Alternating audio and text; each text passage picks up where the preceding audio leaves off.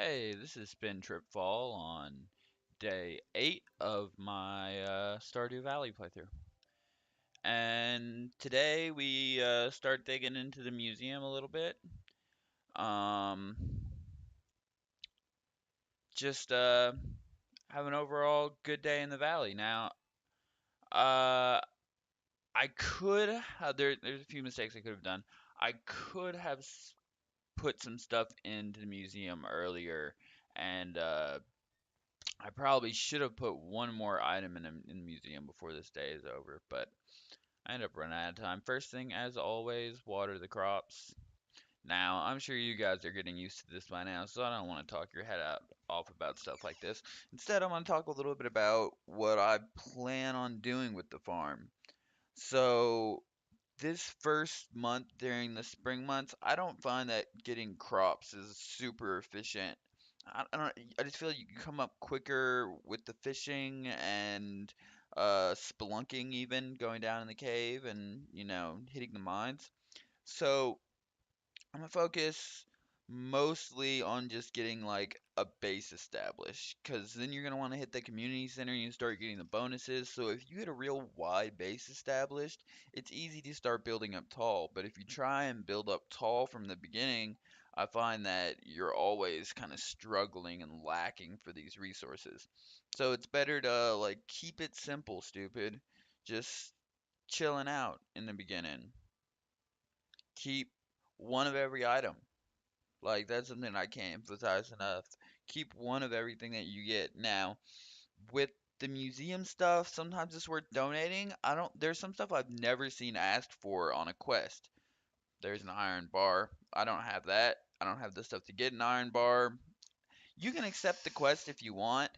It won't fail you and give you any negatives. So, I mean, if you think you might stumble across an iron bar, I didn't worry about it. I know there's no iron bar coming out today unless I just pulled one out of one of these geodes.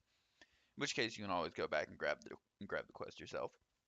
What I'm doing is actually just killing time, cause uh I think the blacksmith as well as museum opens at 9 a.m. So, but what are you gonna do? Go fishing for a little while, kill some time. And pulling out the algae is just boom. It's just like a snack, man. I think a lot of people look on that badly, and I look on that algae as a win. I mean, you get as much energy out as you spend.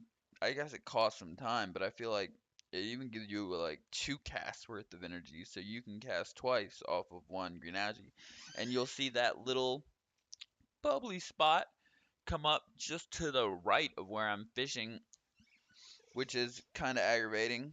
I spend a missed throw or two trying to hit that. If you get close enough, you'll know. Like right, bling, sparkle. But yeah, so what I'm doing today is a lot of maintenance and green algae. Now, what I didn't do today is check the TV, which it probably would have told me my fortune is really low, which you shouldn't really be fishing on a day when your fortune is low. You should be doing maintenance because there is such a just drastic difference in the kind of like quality of items you get. And I'm not talking just silver star, gold star. It seems to be that you're just more likely to catch fish. You're more likely to you're more likely to catch good fish. You're more likely to pull a gold item out of the ground. You're more likely to even opening geodes. I'm not sure if it was the best idea to do on a day with bad luck.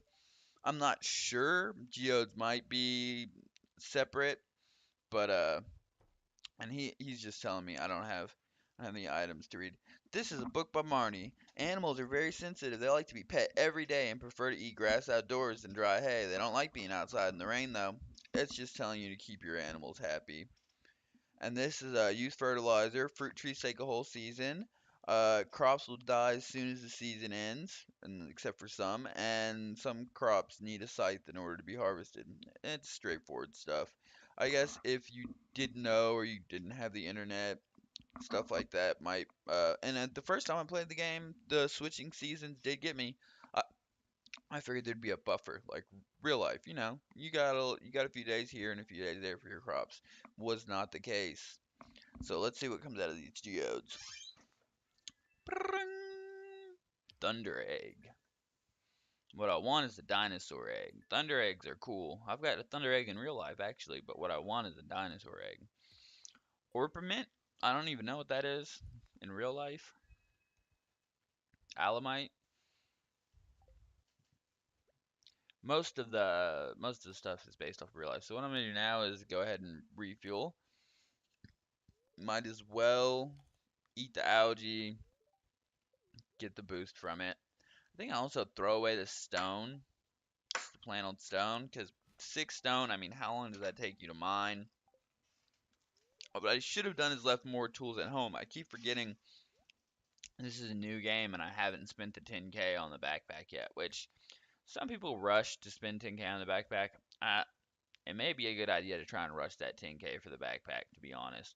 Then you could spend all day out fishing and this may not be the quickest startup way to start. Oh, there's a bunny and I want to catch it. But the way I'm playing does lay a nice wide base, and by summertime things become real exponential. Now you can see I went and opened some geodes, which gave me some of the stuff I needed to donate to the museum. He takes relics, minerals.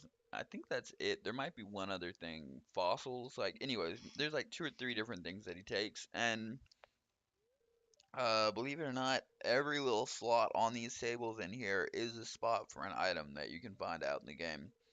And as you donate artifacts or minerals, yeah, those are the 2 things, you get new stuff that he'll throw you. Like the next thing is, once you donate 5, you get a pack of cauliflower. I think it's 9 or 10 cauliflower seeds.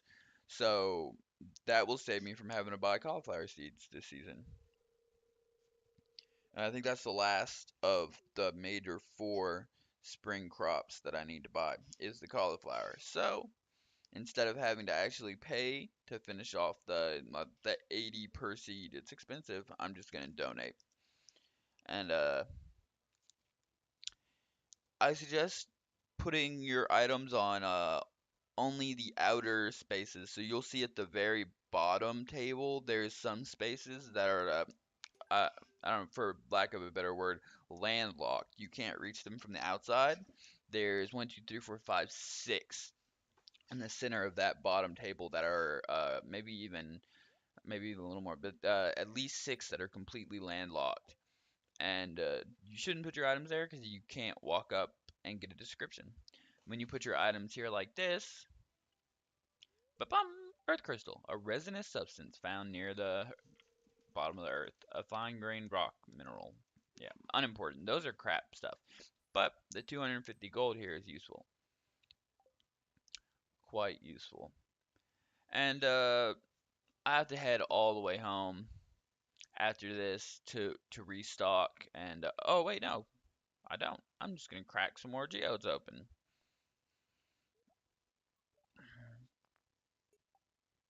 But after this, I head on in here. I go ahead and decide not to buy cauliflower seeds. Not time yet. I just talk to a few people, and then I grab some stuff, head home, rack up my inventory, and then you'll see here I've got an extra ammo. I should have taken one more thing with me, one more unique thing, so I got the donation. But I have at least one unique copies of each of those, so I'm willing to take them down to the museum.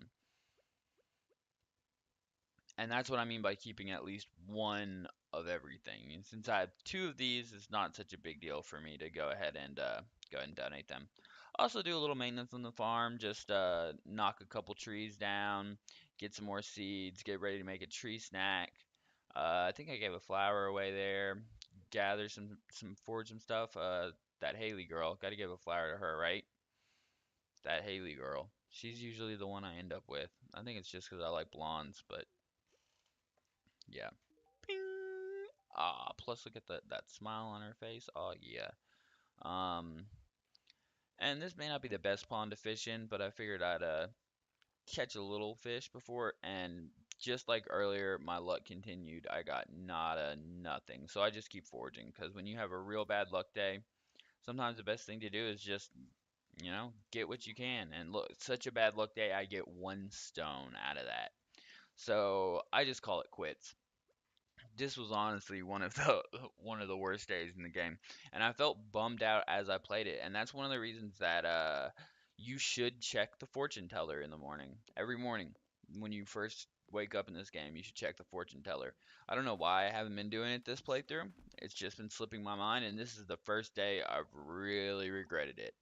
So hopefully starting tomorrow, I'll actually remember to check the TV, turn it to the fortune teller station, and see what my fortune is. And you'll see here when I go in a minute, after I rack my inventory, I do actually turn on the TV because I wanted to show you guys. It's got a living off the land section, which can get you extra tips. That he just says let's talk about fences. I did learn something. They keep the weeds at bay, and also they break down really quick if you make them out of wood, but stone and iron hardwood ones last better. There's a weather report which will tell you what's going to be tomorrow, which is beautiful sunny day, so I'm going to have to water my plants. And that's all, y'all. Hit like and subscribe.